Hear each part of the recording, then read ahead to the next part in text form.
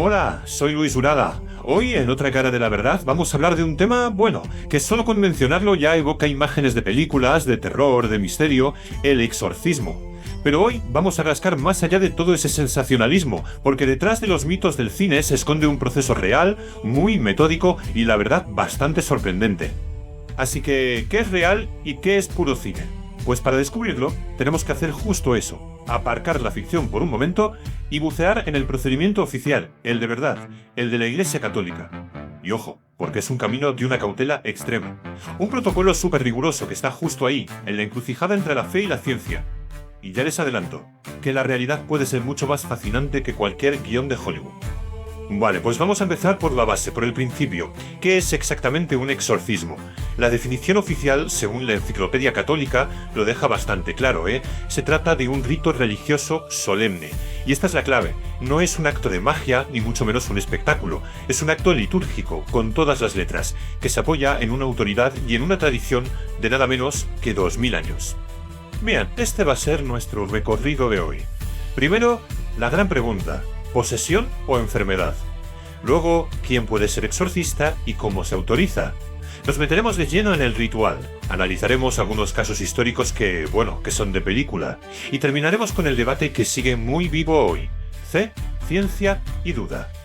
Y aquí empieza todo. Y de verdad, este es probablemente el punto más crucial de todo el proceso. Porque antes de que se hable de rituales, antes incluso de que la palabra demonio entre en la ecuación, la Iglesia pone en marcha una investigación súper rigurosa. La primera pregunta, la más insistente, no es si hay una entidad maligna. ¿Hay una explicación médica? ¿Hay una explicación psiquiátrica? A ver, el manual oficial, el Rituale Romanum, sí que establece 4 signos clave que podrían indicar una posesión. Cosas como hablar idiomas que la persona no conoce, tener una fuerza que parece sobrehumana, pero, y esto es fundamental, la Iglesia es súper cauta con esto. Que aparezcan estos signos no significan nada, o sea, ni de lejos es suficiente para confirmar un caso. Y es que aquí está el verdadero meollo del asunto, el gran desafío. Fijaos en la tabla, los supuestos signos de posesión es que se solapan de una manera casi perfecta con síntomas de condiciones psiquiátricas que conocemos muy bien. Eso de hablar lenguas extrañas podría ser un síntoma de esquizofrenia, la fuerza desmedida, un episodio maníaco. Por eso, la Iglesia no se anda con chiquitas. Exige descartar primero todas, absolutamente todas, las posibles causas naturales. Y no es una recomendación, es un mandato legal de la propia Iglesia. El Código de Derecho Canónico, en su Canon 1172, es tajante. Lo dice bien claro, la ciencia tiene la primera palabra, punto. Solamente cuando los médicos, los psiquiatras levantan las manos y dicen mira, no encontramos una explicación, no podemos tratar esto, solo en ese momento se empieza a plantear la posibilidad de la vía espiritual. Vale.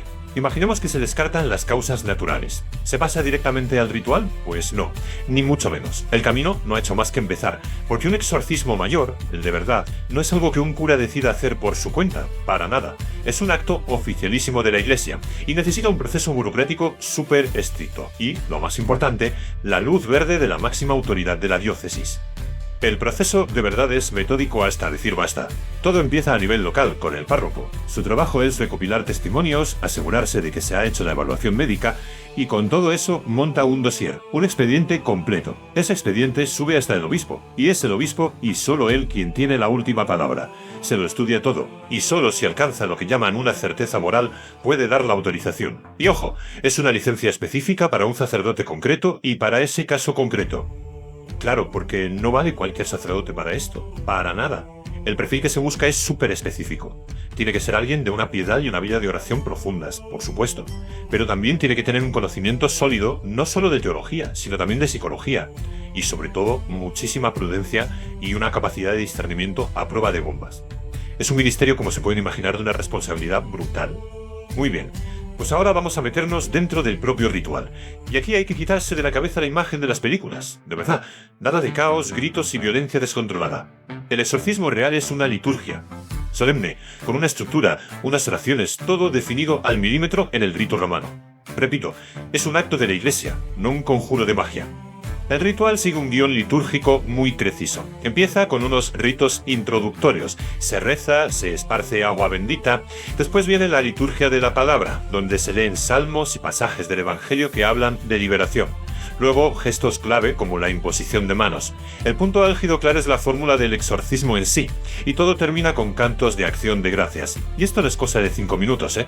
Una sesión puede durar horas, y lo más normal es que haya que repetirlas, a veces durante meses o incluso años.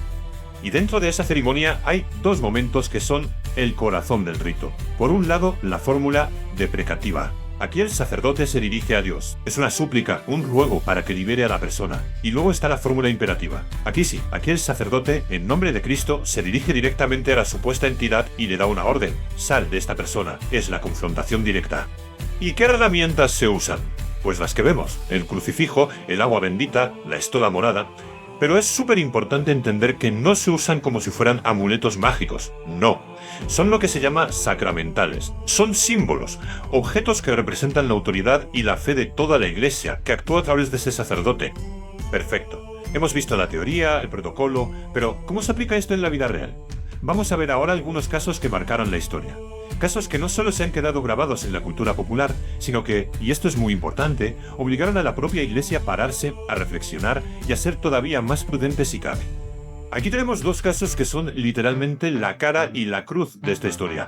Por un lado, el famoso caso de Roland Doe en 1949. Este fue el que inspiró El Exorcista, el que definió para siempre la imagen que tenemos del rito. Y por otro, el trágico caso de Anneliese Michel en Alemania, una historia que acabó en tragedia, en un juicio, y que se convirtió en una advertencia terrible. 67. Ese es el número. No es una cifra al azar.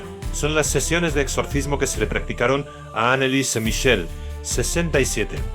En un periodo de solo 10 meses. Todo esto mientras su salud física se iba a pique porque se negaba a comer y a beber.